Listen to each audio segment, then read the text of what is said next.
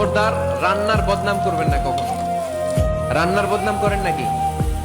এটা ঝাল হইছে, ওইটা মজা হয় নাই, এটা টক হইছে, এটা লবণ হয় নাই, এরকম আছে না নাই? লবণ হয় নাই, বউরের তালাক দিছে, এরকম আছে না নাই? আহা, রান্না একটু ভালো হয় নাই, ঝাল হয়ে গেছে বেশি, বউরে মায়ের সুদ, এরকম ডাকাইতে আছে না নাই?